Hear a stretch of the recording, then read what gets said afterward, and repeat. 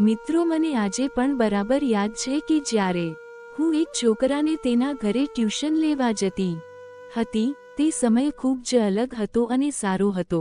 એક દિવસની વાત છે, હું રોજની જેમ તેના ઘરે તેનું ટ્યુશન આપવા માટે ગઈ, ત્યારે મોસમ થોડુંક વિચિત્ર લાગતું હતું કે થોડી વારમાં વરસાદ આવશે અને ઠંડી ઠંડી હવા પણ આવી રહી હતી અને થોડીવાર પછી અચાનક જોરદાર વરસાદ શરૂ થયો. વરસાદ એટલો ભયંકર પડી રહ્યો હતો કે બહાર નીકળવું મુશ્કેલ હતું. મિત્રો, મને ચિંતા થવા લાગી કે હવે ઘરે કેમ જઈશ. ત્યાં અચાનક તેના ઘરમાં ફોન વાગ્યો. તે મારા પપ્પાનો ફોન હતો. મારા પપ્પાએ કહ્યું કે આજે કોમલને તારા ઘરે જ રોકી લેજે. તેને કહ્યું, વાહ અંકલ. મારા પપ્પાને ખબર હતી કે આજે તેના ઘરે પણ કોઈ નથી. મારા પપ્પાને તે વાત પણ જણાવી અને મને પોતાના ઘરે રોકી લીધી. મને થોડુંક અજીબ લાગી રહ્યું હતું કારણ કે હું પહેલી વખત તેના ઘરે રોકાઈ ગઈ હતી. થોડીવાર પછી તેને બંને માટે ગરમાગરમ ચા બનાવી અને મને કહ્યું, મેડમ તમે આરામથી બેસો, આપણે બંને વરસાદ બંધ થાય તે રાહ જોઈશું. પણ વરસાદ રોકાયો એવું મને લાગતું ન હતું. હવે રાત થવા લાગી ત્યારે તેને કહ્યું, ચાલો કંઈક સારું જમવાનું બનાવીએ. અમે બંને કિચનમાં જઈ નૂડલ્સ બનાવ્યા અને બંને સાથે ખાતા ખાતા ઘણી બધી વાતો કરી. મને લાગ્યું કે હવે અમારી દોસ્તી જામી રહી છે. અમે બંને નાનપણથી મિત્રો હતા અને અમે તે નાનપણની વાતો કરી રહ્યા હતા. થોડીવાર પછી તેને કહ્યું, ચાલો કંઈક રમત રમીએ.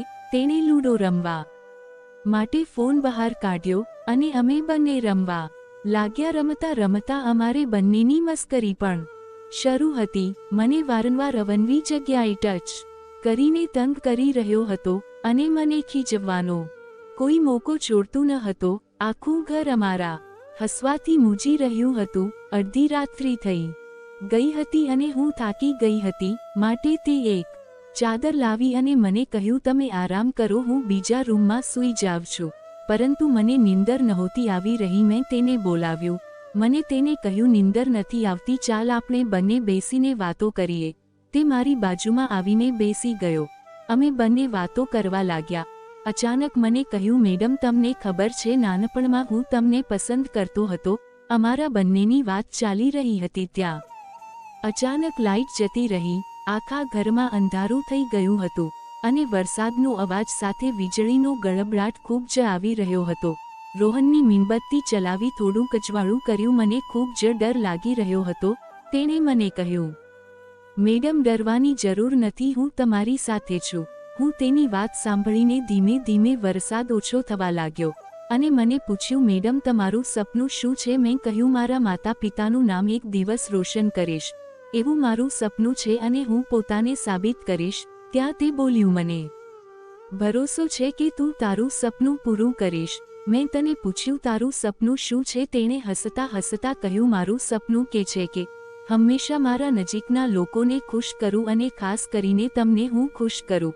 હવે મારા દિલની ધડકન તેજ થઈ ગઈ હતી. પછી અમને એવું લાગ્યું કે હવે સૂઈ જવું જોઈએ. હું મારા રૂમમાં જતી રહી અને તે પોતાના રૂમમાં જતો રહ્યો. મને આખી રાત નીંદર ન આવી. હું બસ તેની આ વિશે વિચારતી રહી. સવારે જ્યારે હું ઉઠી ત્યારે તે ચા બનાવી રહ્યો હતો અને તેણે કહ્યું, હવે વાતાવરણ સારું થઈ ગયું છે, તમે ઘરે જ રહી શકો છો. તેણે કહ્યું, હા, પણ મને આ રાત હંમેશા યાદ રહેશે. જ્યારે હું ઘરે આવી ત્યારે પણ હું તે રાતના વિચારો કરતી રહી હતી. મારા દિલમાંથી અને મારા વિચારમાંથી જવાનું નામ નહોતું લેતો. આ એવી એક વિચિત્ર અનુભવ હતો. શું આ દોસ્તી હતી કે પછી તેના નાથી પણ આગળ? હું સ્વીકારવાથી ડરી રહી હતી. થોડા દિવસ સુધી મેં તેની સાથે સંપર્ક ન કર્યું. અમે બંને ટ્યુશનના બહાને મળતા હતા, પણ સામાન્ય વાત થતી હતી. હું તેની સાથે નજર નથી મેળવી શકતી. એક દિવસ તેણે મને પૂછ્યું, મેડમ શું થયું? તમે મારી સાથે વાત કેમ નથી કરતા? મેં તેની સામે જોયું અને કહ્યું કે બધું બરાબર છે, પરંતુ મારો અવાજ ગભરાયેલો હતો.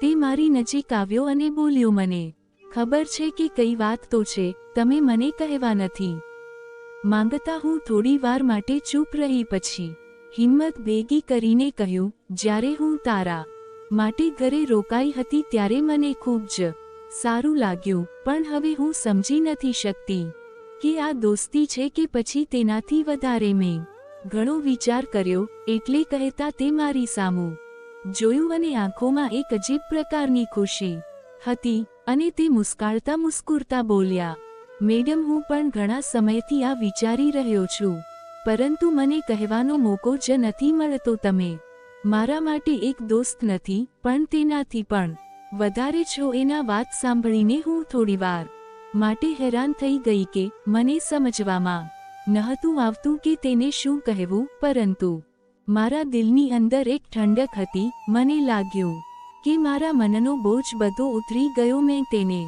ધીરેથી કહ્યું, તો આજ આપણે હવે શું કરીશું? તેણે હસતા હસતા કહ્યું, મેડમ, આપણે તે જ કરીશું જે આપણને સારું લાગે. કોઈ ઉતાવળ તો નથી ને?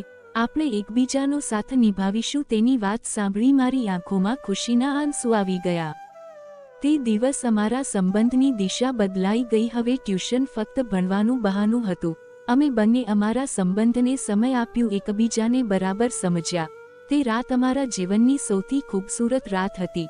અમારા બંનેની દોસ્તી એક નવા સંબંધ ઉપર જઈને ઊભી હતી. ટ્યુશન તો ફક્ત હવે એક બહાનું હતું, પરંતુ તેની પાછળની કહાની બીજી જ હતી. હું રોજ તેની રાહ જોતી. એક દિવસ તેને કહ્યું, મેડમ, શું તમે વિચાર્યું જ છે કે આપણે બંને આ જ રીતે રહીશું તો જિંદગી કેટલી ખૂબસૂરત હશે? હું તેની વાતો સાંભળીને હસવા લાગ્યો અને કહ્યું, જિંદગી જ્યારે ખૂબસૂરત થઈ છે ત્યારે તું મારી સાથે હશે. અમારી વાતો હવે ઘણા બધા સપનાને જન્મ આપી રહ્યા હતા. ધીરે ધીરે અમારી વચ્ચેનો વાતો અમારા પરિવારમાં પણ ખબર પડી ગઈ. મારા મમ્મી પપ્પા પહેલેથી જ તેને પસંદ કરતા હતા અને તેના પરિવાર પણ મને પોતાની દીકરી જેમ સાચવતા હતા.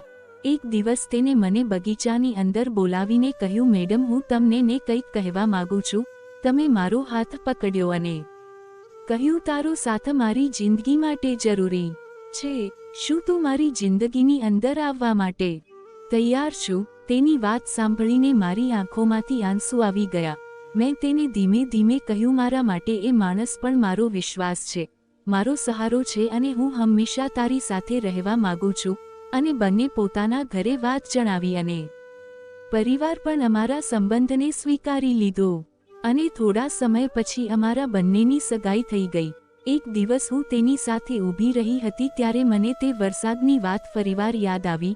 અમે બંને નક્કી કર્યું કે લગ્ન પહેલા અમે પોતાના ભણતર ઉપર ધ્યાન આપીશું, જેથી કરીને આગળ જતાં કોઈ તકલીફ ન પડે. થોડા સમય પછી તેની એક મોટી કંપનીમાં નોકરી લાગી અને હું પણ સ્કૂલની અંદર ટીચરની નોકરી કરવા લાગી. અને અમારા લગ્ન થઈ ગયા છીએ અને અમે બહુ ખુશ છીએ. મિત્રો, સ્ટોરી પસંદ આવી હોય તો વિડીયોને લાઈક અને ચેનલને સબસ્ક્રાઇબ જરૂર કરજો.